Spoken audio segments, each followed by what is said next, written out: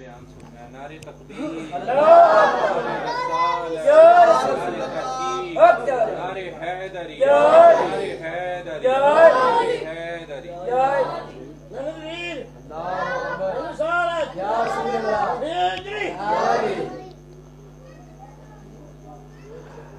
بچوں میں سے جو کوئی شور ڈالتا ہے یا کوئی محفل کا ماحول یا محفل کے آداب کو جو ہے وہ ملحوظ خاطر نہیں رکھتا، تو یہ بڑوں کی ذمہ داری ہے کہ وہ بچوں کو سمجھائیں. کیونکہ حضرت علی شیر خدا رضی اللہ تعالیٰ عنہ سے کسی نے پوچھا تھا کہ اولاد کیسے فرما بردار ہوتی ہے، تو حضرت علی نے خوبصورت جواب دیا تھا، جب بڑے فرما بردار ہو جاتے ہیں. تو بچے بڑوں سے سیکھتے ہیں، جب بڑے آپس میں گفتگو کریں گے تو لا محالہ بچوں نے بھی کرنی ہے. تو بڑوں کا یہ فریضہ بنتا ہے کہ وہ بچوں کو خاموش کروائیں اور محفل میں لانے سے پہلے بچوں کو آداب سکھائیں کہ ہم کسی عام بارگاہ کی اندر نہیں جا رہے، بلکہ اس ہستی کی محفل سجانے جا رہے ہیں جس ہستی کو محمد مصطفیٰ صلی اللہ علیہ وسلم کہتے ہیں. الحمدللہ الحمدللہ رب العالمین ارحم الراحمین الذی ارسل حبیبہ رحمتا للعالمین وعلى آلہ واصحابہ اجمعین الی یوم الدین. اما بعد فاعوذ باللہ من الشیطان الرجیم. بسم اللہ الرحمن الرحیم. للہ الامر من قبل ومن بعد وَيَوْمَئِذٍ يَفْرَحُ الْمُؤْمِنُونَ. صدق اللہ مولانا العظیم. بلغ العلا بکمالہ کشف الدجا بجمالہ حسنت جمیع خصالہ صلوا علیہ وآلہ واصحابہ وسلموا تسلیما. اے رسول امین سبحان اللہ، خاتم المرسلین. جس کے رسول ہیں وہ تو ذرا تڑپ کر سبحان اللہ بولے نا. ہر کوئی نہ بولے، وہ بولے جو ان کو محبوب کبریا محمد مصطفیٰ مان کر بیٹھا ہوا ہے. اے رسول امی خاتم المرسلین، تجھ سا کوئی نہیں، تجھ سا کوئی نہیں. دست قدرت نے ایسا بنایا تجھے، جملہ اوصاف سے خود سجایا تجھے. ہے ازل کے حسین، ہے ابد کے حسین، تجھ سا کوئی نہیں، تجھ سا کوئی نہیں. بزم کونین پہلے سجائی گئی، بزم کونین پہلے سجائی گئی، پھر تیری ذات منظر پہ لائی گئی. بزم کونین پہلے سجائی گئی، پھر تیری ذات منظر پہ لائی گئی. وہی سید الاولی سید الآخری، تجھ سا کوئی نہیں، تجھ سا کوئی نہیں. اللہ کا بے حمد و حساب شکر کہ ہم اس کی بارگاہ کرم میں حاضر ہیں. دعا ہے کہ وہ خالق کائنات، خالق ارض و سماوات ہمیں محمد مصطفیٰ صلی اللہ علیہ وآلہ وسلم کا سچا عاشق اور امتی بنائے. حضرت جبریل امین آگے پاک کشمیر ویلفیئر سوسائٹی کے زیر اہتمام آج جو موضوع سخن جس کو ہم عنوان گفتگو بنانے جا رہے ہیں وہ ہے سچا عاشق رسول صلی اللہ علیہ وآلہ وسلم. اور قبلہ ملک جاوید صاحب دامت برکاتہم نے میرا اشارہ اس طرف کیا کہ آج ہم نے تھوڑی سی نعت محمد مصطفیٰ صلی اللہ علیہ وآلہ وسلم کا تذکرہ بھی کرنا ہے. نعت کب سے چل رہی ہے اور کب تک چلے گی اور کہاں تک جائے گی، آج انشاءاللہ تعالی العزیز اگر آپ پوری توجہ اور انہماک کے ساتھ بیٹھیں گے تو آپ کو معلوم ہوگا کہ یہ نعت ایسی نعت ہے جو ہم نہیں پڑھتے بلکہ رب محمد مصطفیٰ کی مدد سرائی کرتا ہے.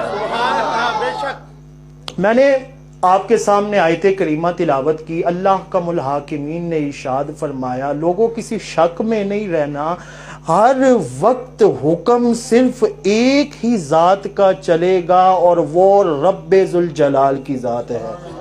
اور قیامت کا جب منظر آئے گا نا تو ہر کوئی ٹینشن میں ہوگا, پریشانی میں ہوگا.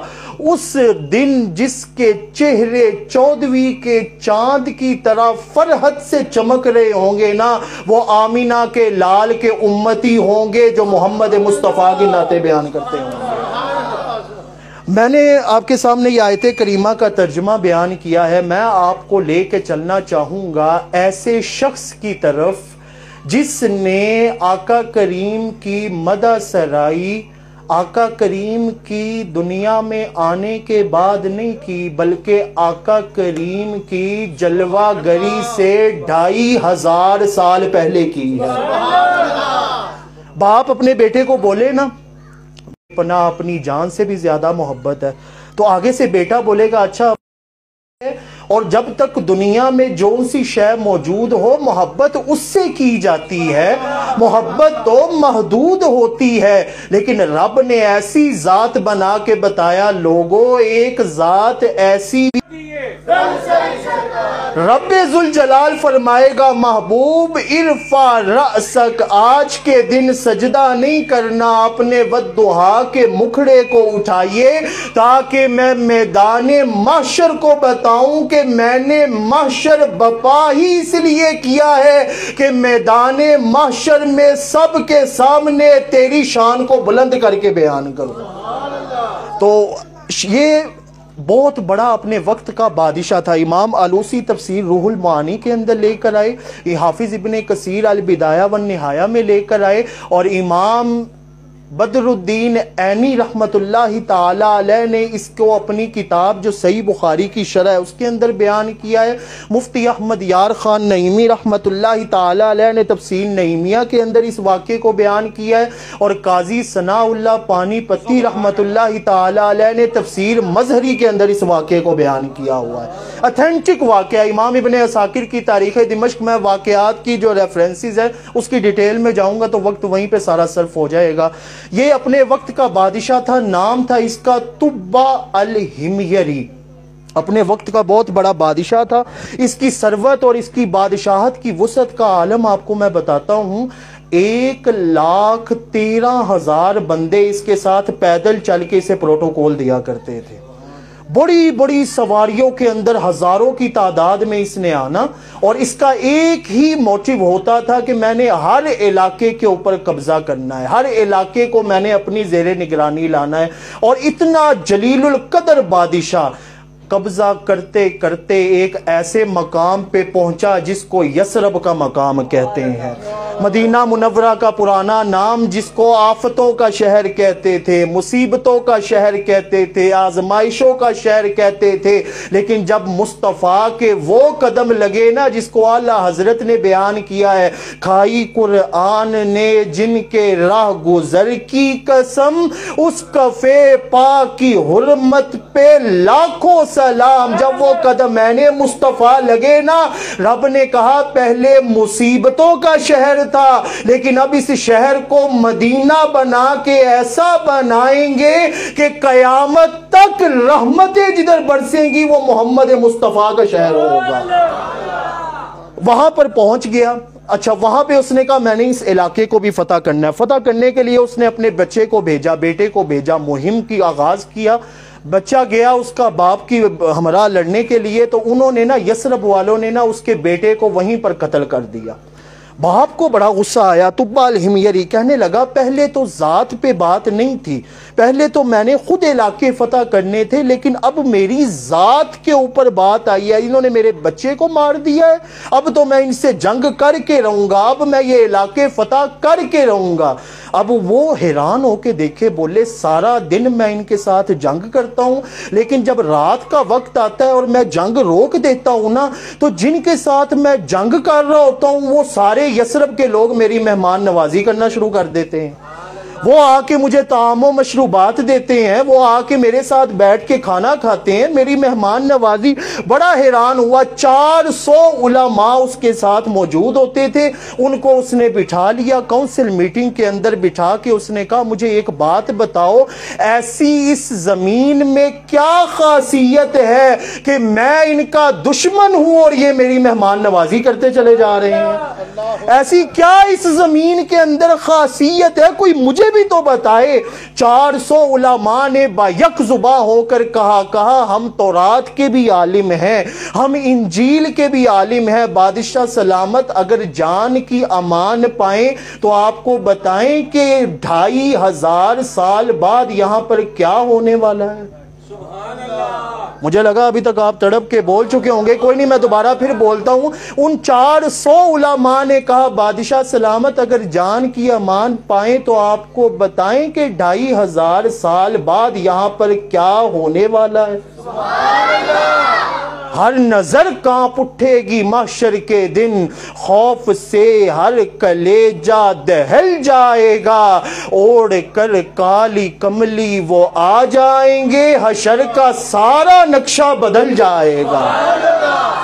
جان کی امان پائیں تو بتائیں کیا ہونے والا ہے۔ تو الحمیری نے کہا جی بتائیں کیا ہونے والا ہے؟ انہوں نے کہا جی ٹھیک 2500 سال بعد اس سرزمین پر آمینہ کا لال محمد مصطفیٰ ہجرت کر کے آنے والا ہے۔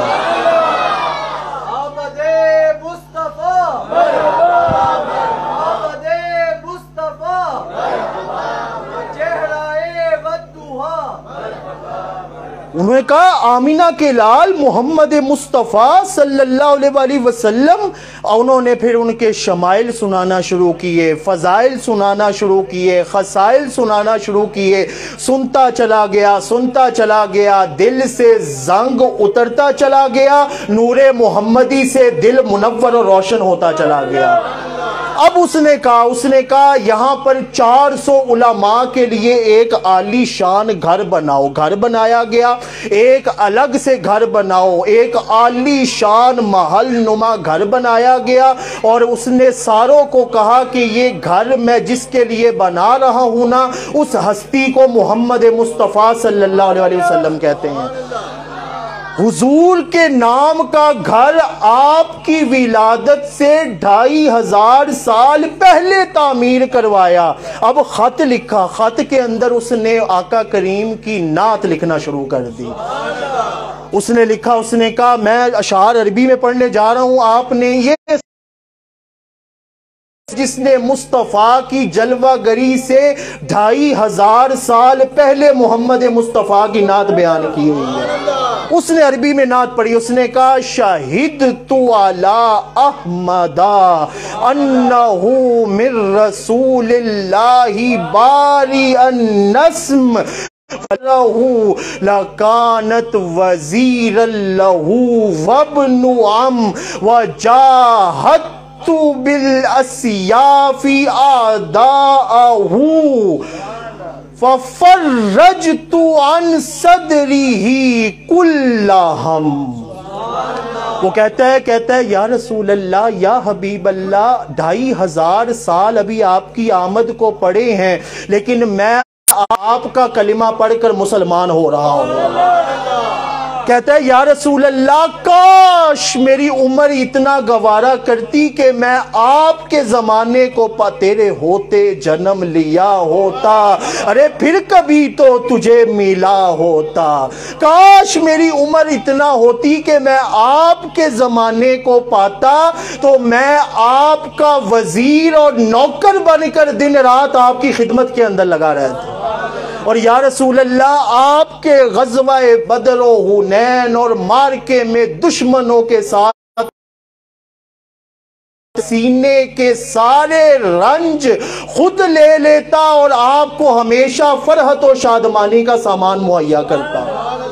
اب اس نے آگے خط لکھنا شروع کیا. اس نے کہا آمنتو یا رسول اللہ آمنتو باللہ و کتابک انزل اللہ علیک یا رسول اللہ انی آمنتو علیک و انا علی دینک و ملتک ملت ابیک ابراہیم علیہ السلام یا رسول اللہ انی آمنتو علیک الکتاب و علیک کل شیء ما جاء من ربک من شعائر الاسلام فکنت ادرکتنی فکنت شفیعا لی یوم القیامہ لا تنسینی او کما قال.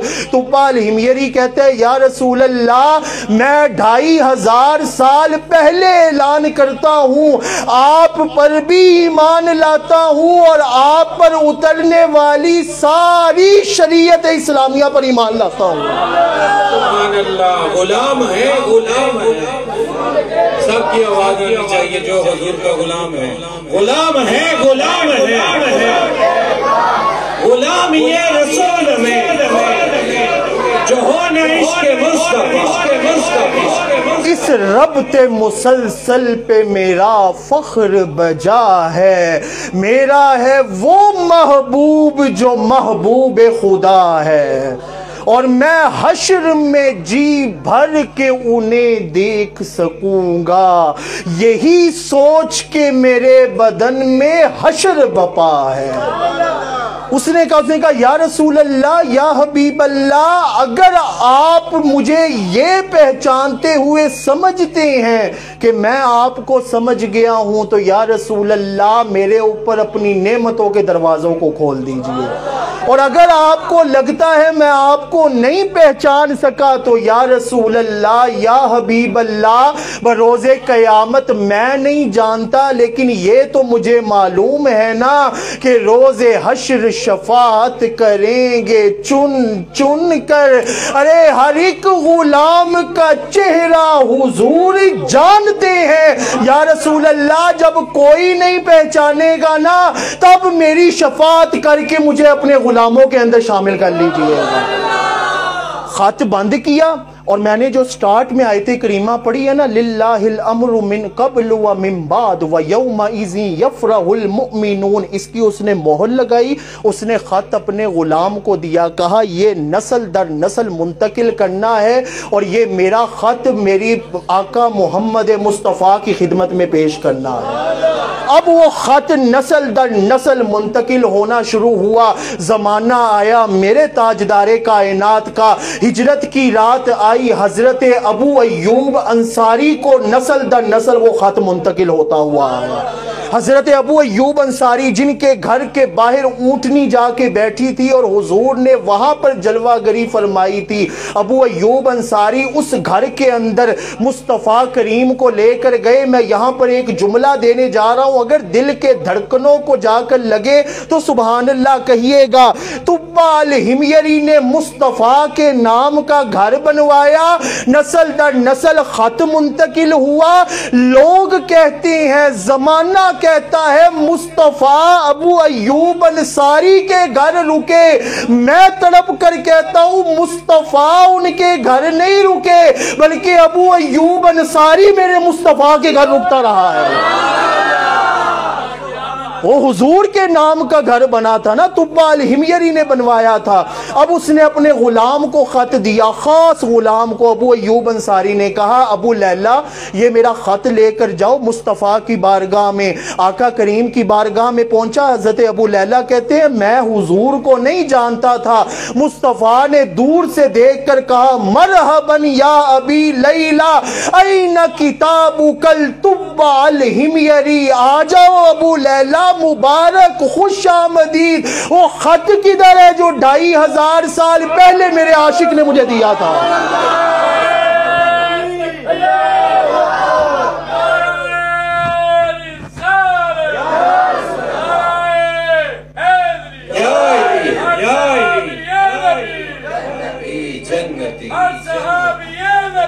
جنتی جنتی جنتی جنتی عظمت و شان مصطفیٰ غلامان مصطفیٰ علماء اہل سنت سرکار دو عالم کے رخ پر انوار کا عالم کیا ہوگا جب زلف کا ذکر قرآن میں ہے رخسار کا عالم کیا ہوگا جب ان کے گدا بھر دیتے ہیں شاہان زمانہ کی جھولی ارے محتاج کی جب یہ حالت ہے مختار کا عالم کیا ہوگا ہے ان کے نام میں اتنا اثر جی اٹھتے ہیں مردے سن کر وہ حال اگر خود ہی پوچھے بیمار کا عالم کیا ہوگا جس وقت خدمت میں ان کے ابو بکر و عمر عثمان و علی اس وقت رسول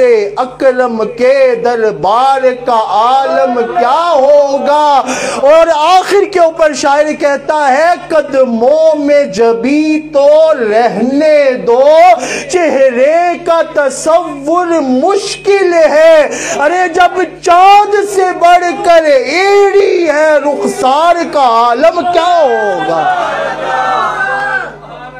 تو یہ شان ہے تاجدار کائنات کی جب آپ دنیا میں بھی جلوہ گر نہیں ہوئے تھے نا تب بھی آپ کے لوگوں کے اور عاشقوں کے دلوں میں جن کی محبت دھڑکتی تھی نا وہ محبت محمد مصطفیٰ صلی اللہ علیہ وآلہ وسلم تھی ایسے ہی تو نہیں جبرائیل امین نے آ کر کہا یا رسول اللہ یا حبیب اللہ رب نے سلام بھیجا ہے مصطفیٰ نے کہا جبریل تو نے میرے جیسا کوئی حسین دیکھا ہے میرے جیسا حسین کہیں پہ دیکھا ہے جبریل امین نے کہا تڑپ کر قلبت مشارق الارض ومغاربہا لم ارا بعدہ ومثلہ قط اس کا ترجمہ اگر میں فارسی میں کروں نا تو جبریل امین نے گویا یوں کہا محبوب آفاقہا گردیدہ ام مہرے بتاور زیدہ ام یا رسول اللہ میں نے آفاق گھوم ڈالے مشرق دیکھ ڈالا مغرب دیکھ ڈالا محلے دیکھ ڈالے قصبے دیکھ ڈالے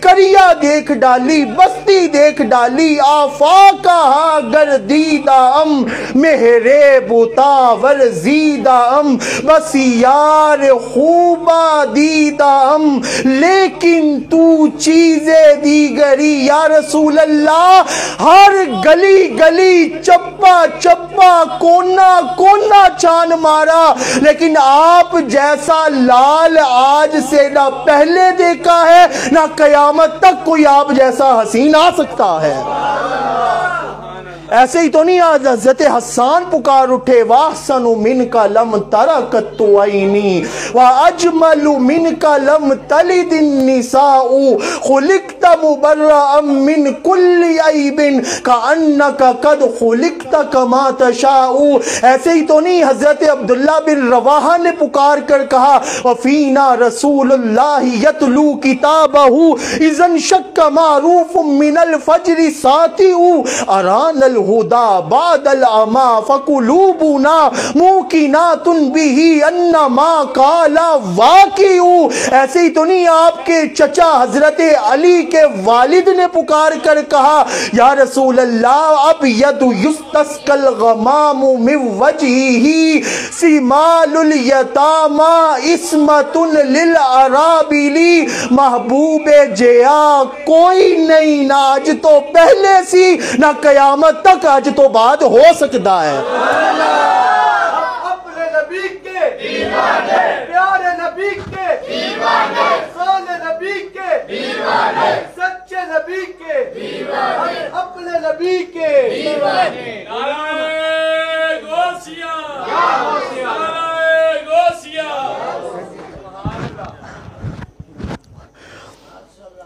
میں قبلہ ملک جاوید صاحب دامت برکاتہم ان کی فرمائش کے اوپر انہوں نے نعت اکیڈمی کا افتتاح اور آغاز کیا ہے اور کر رہے ہیں ماشاءاللہ اور یہ نعت اکیڈمی ایسی نعت اکیڈمی ہے کہ جس کی ڈائریکٹ نسبت جا کر محمد مصطفیٰ کی چوکھٹ کے ساتھ جڑتی ہے تاجدار کائنات سید الانبیاء محبوب کبریا سیاہ لامکاں اتنی بڑی ہستی کے حامل آقا کریم کی ذات نعت خواں کو پتہ ہے کیا پروٹوکول دے رہے ہیں؟ حضرت حسان کو کہتے ہیں تم میرے ممبر پر بیٹھ کر میری نعت پڑھو، میں نیچے بیٹھ کے سنتا ہوں۔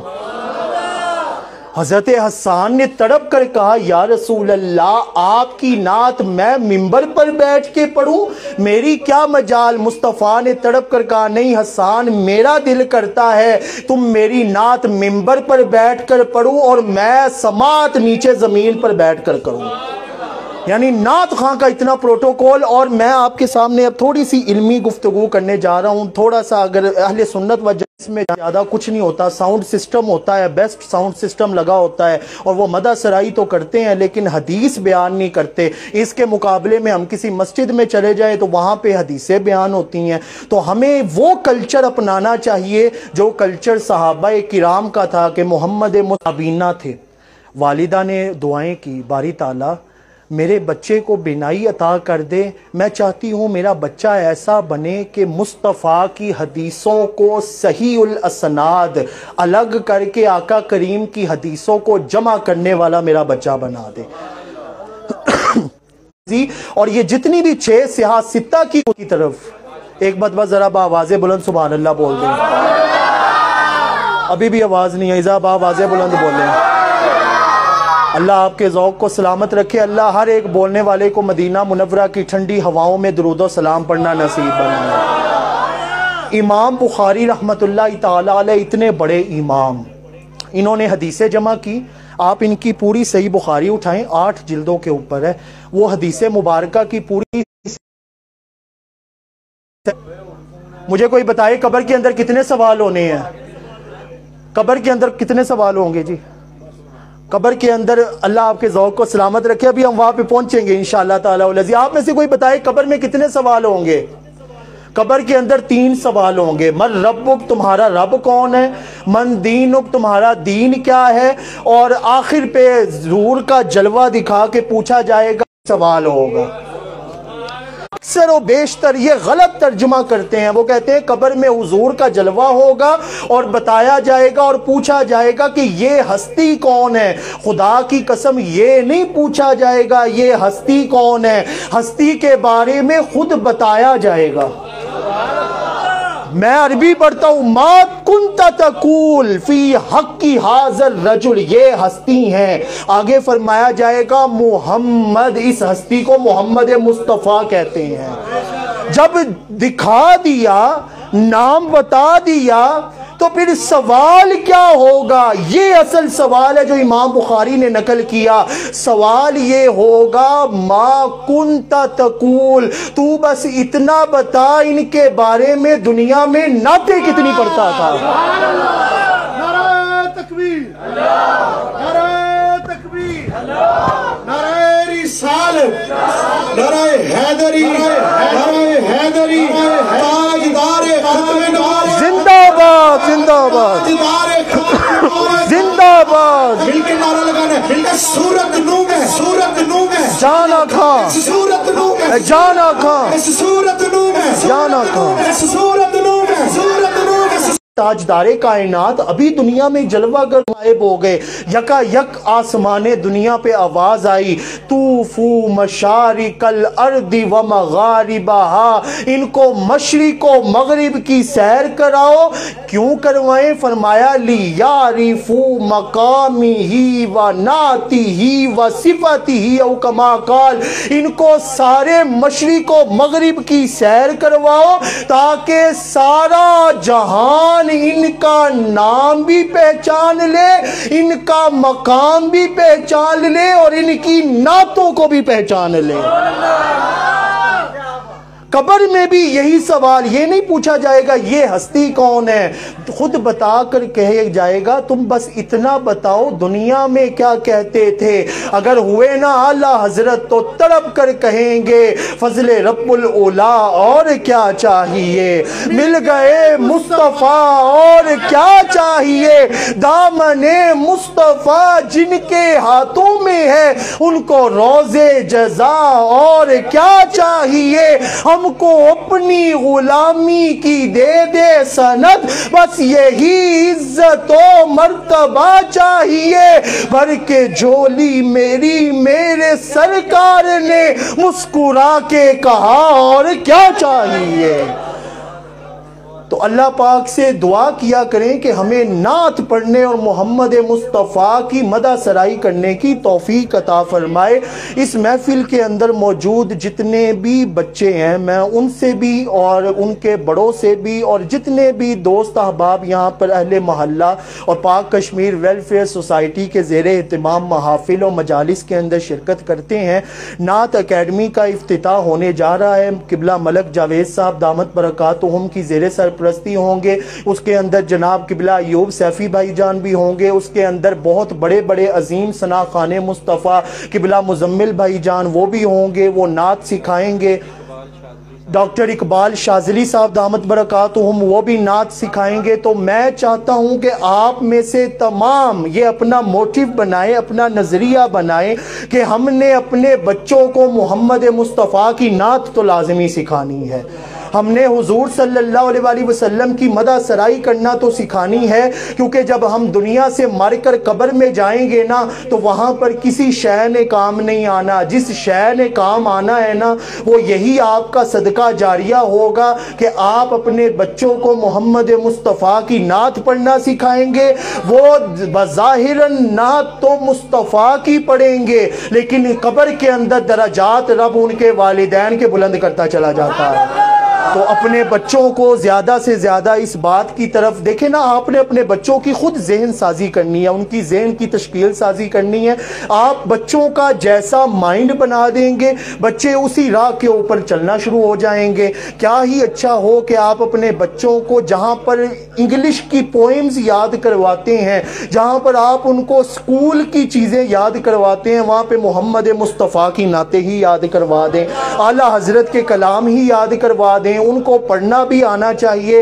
دیکھنا یہ انشاءاللہ تعالی العزیز دنیا میں بھی آپ کے لیے صدقہ جاریہ بنے گا اور اخروی نجات کا بھی آپ کے لیے ساز و سامان بنے گا. میں اسی التجا اور آرزو کے ساتھ کہ آپ سے بھرپور درخواست ہے میری کہ پاک کشمیر ویلفیئر سوسائٹی کے زیر اہتمام نعت اکیڈمی کے اندر اپنے بچوں کا ایڈمیشن کروائیں, تاکہ وہ مصطفیٰ کی نعت پڑھ کے آپ کی بھی قبر کو ٹھنڈا کریں اور اپنی قبر کو بھی ٹھنڈا کریں. آمین بجاہ النبی الامین صلی اللہ علیہ وسلم.